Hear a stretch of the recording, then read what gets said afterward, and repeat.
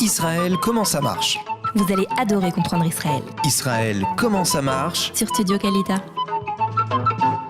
Israël, comment ça marche ? Eh bien oui, c'est tout de suite, c'est maintenant. Nous allons parler avec un spécialiste en la matière. Assurez-vous, ce n'est pas moi qui vais vous donner des conseils, ça vaudra mieux pour vous. Donc, je suis avec Maître David Lesgold. Bonjour.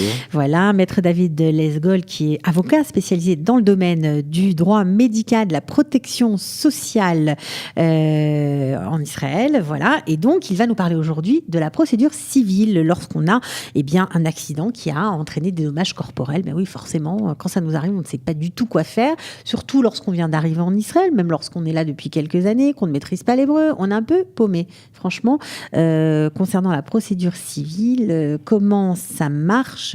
Est-ce que le tribunal a un rôle spécial ? Est-ce qu'il y a plusieurs tribunaux qui s'occupent de ces sujets ? Voilà, je vous donne la parole. Je vais essayer d'éclairer nos auditeurs un petit peu. Je suis sûre que vous allez très bien le faire. La procédure civile en cas de dommages corporels en Israël, on peut relativement classifier les choses dans deux domaines. Il y a toutes sortes d'accidents ou de problèmes médicaux qui n'amènent pas des dommages qui sont très conséquents. Quelqu'un est tombé dans la rue, et s'est cassé... à la maison, s'est cassé s'est cassé un doigt, s'est cassé le poignet, mais deux, trois mois après, ça se remet, finalement, tout va bien, sans, bien évidemment, mépriser ce genre ou négliger ce genre de problème. C'est des problèmes qui peuvent s'arranger à l'amiable, par courrier et par oral, avec les compagnies d'assurance en Israël, oui, sans faire appel au tribunal, sans s'adresser aux tribunaux.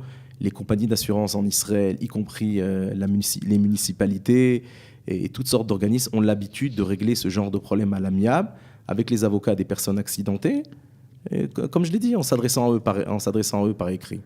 Alors, il y a parfois des accidents, on va dire, domestiques qui ont lieu. Une maman qui se casse la jambe ou le poignet à la maison, bon, elle se soigne, etc. Elle ne fera aucune action. Elle a le droit à une indemnité ?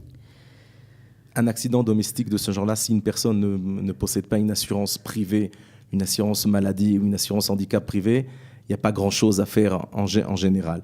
Mais ça, c'était une petite digression par rapport à notre sujet, mais ce n'est pas grave. Prenons un autre exemple qui arrive bien souvent, un accident à l'école de nos enfants ou même pendant la période des vacances scolaires.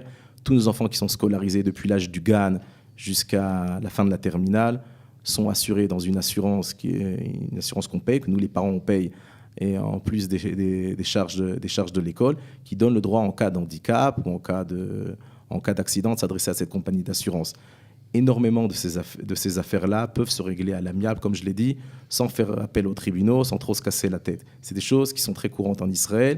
C'est mieux de les régler à l'amiable, je crois, non ? C'est beaucoup mieux. Ouais. C'est beaucoup mieux. Il n'y a aucune raison de rentrer dans des procédures qui sont des procédures longues et coûteuses dans ce genre d'affaires.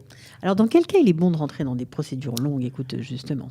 Les procédures au tribunal s'avèrent essentielles dans la mesure où on parle de dommages qui sont des dommages corporels plus conséquents, à savoir un handicap qui peut être chiffré en pourcentage d'invalidité, en pourcentage d'handicap, et qui donne lieu à des dommages aussi bien dans la capacité de la personne à continuer à travailler, à gagner sa vie. Dans les accidents très graves, il peut s'agir aussi d'avoir besoin d'une aide à la maison, une aide à la maison qui peut se chiffrer de dizaines de milliers de shekalim par mois, voire des fois de dizaines de milliers de shekalim par mois quand il s'agit d'accidents plus conséquents. Et là, la procédure civile devant un tribunal en Israël est absolument obligatoire. Quels sont les tribunaux vers lesquels on peut se tourner ? Les tribunaux en Israël et au niveau civil sont divisés en deux sortes de tribunaux. On a ce qu'on appelle les tribunaux de paix, qu'on appelle en Israël Bet Mishpat HaShalom, qui se trouve dans toutes les villes en Israël, et le tribunal de district, en hébreu Bet Mishpat Mechozi, qui se trouve uniquement dans 5 grandes villes en Israël. Tout dépend de la gravité de l'accident et des sommes qui sont revendiquées par la personne. D'accord. Alors, on a parlé de régler les problèmes à l'amiable, mais il y a aussi la médiation. Alors, en France, ça existe. Est-ce qu'ici, c'est courant également ? La médiation est très courant, en particulier dans le domaine des accidents et des problèmes médicaux. La médiation, on peut avoir recours à un médiateur de deux façons. Premièrement, avant d'entreprendre une action en justice, quand il s'agit, comme je l'ai dit précédemment, d'affaires relativement simples. Mais essentiellement, et là notre expérience, prouve que la plupart des dossiers qui sont engagés dans ce domaine-là, et en particulier dans les dossiers de négligence médicale, qui sont engagés au tribunal, mettons en plus de 80% de ces dossiers s'achèvent au cours d'une médiation. À savoir que le médiateur réunit les parties, à savoir la personne qui a été victime de l'accident ou de la négligence médicale, les compagnies d'assurance, les organismes médicaux qui ont été attaqués, entend toutes les parties et de façon très informelle. Ça, c'est l'avantage essentiel de la médiation. Il n'y a pas tout le protocole et un petit peu tous les usages du tribunal dans la mesure où le médiateur a absolument le droit de rencontrer les parties de façon indépendante, savoir qu'il s'adresse il peut rencontrer l'accidenté, puis après la partie adverse, essayer d'entendre un petit peu quelle est leur vision des choses, et quelles sont leurs attentes au niveau de l'argent, et quelles sont leurs revendications. Il y a ici quelque chose au niveau psychologique, c'est très israélien un petit peu cette façon de voir les choses, à savoir on est très décontracté, on n'arrive pas en costume cravate, on boit ensemble, des fois il arrive qu'on mange ensemble même pendant la médiation, et c'est comme ça qu'on arrive à obtenir les meilleurs accords. Et donc, parfois, il vaut mieux un mauvais procès et un bon accord. Oui, tout à fait. C'est ça ? Tout à fait. Voilà, d'accord. Je voulais juste vous poser une question un petit peu plus personnelle, parce que vous savez qu'à Qualita, bien, on est là pour donner un nouveau visage de l'Allia de France, pour mettre aussi en valeur toutes les associations francophones qui travaillent pour aider à une meilleure intégration des Olim de France. Alors vous-même, vous avez fait votre Allia. Qu'est-ce qui vous a motivé et qu'est-ce qui vous motive encore aujourd'hui à exercer ce domaine dans ce domaine un peu particulier où vous voyez quand même des gens en souffrance souvent?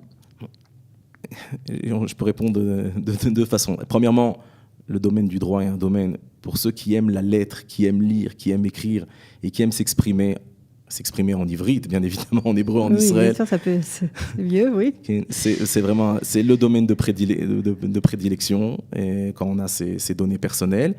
Et au niveau du domaine dont moi je m'occupe, à savoir la protection sociale, le droit médical, il y a ici une rencontre avec la personne humaine, à savoir que nos clients ne sont pas des grosses boîtes ou des grandes entreprises, mais des citoyens comme tout le monde. Des citoyens comme vous, comme moi, qui ont eu la malchance d'avoir ou un accident, ou un problème médical, ou un enfant handicapé. Et il est bien évident que c'est un travail qui demande énormément d'exigences au niveau professionnel, mais il y a un côté humain dans le fait d'aider la personne ici c'est le plus que je ressens dans le traitement de ces dossiers. Et c'est incroyable parce que c'est un trait vraiment commun à beaucoup d'Olim Hadashim qui se sont intégrés dans la société israélienne et qui travaillent dans différents domaines. Il y a toujours ce désir-là d'aider l'autre, de tendre la main, et ça fait chaud au cœur. Un très joli visage de l'Allia de France. Voilà. Merci beaucoup, Maître David Lesgold. Et je ne vais rien vous souhaiter parce que c'est difficile dans votre domaine. Souhaitons de bonnes vacances. Voilà, de bonnes vacances. On vous souhaite tous de très bonnes vacances. Voilà, à très bientôt. Merci d'être venu jusqu'à nous. Au revoir. Israël, comment ça marche? Vous allez adorer comprendre Israël. Israël, comment ça marche? Sur Studio Qualita.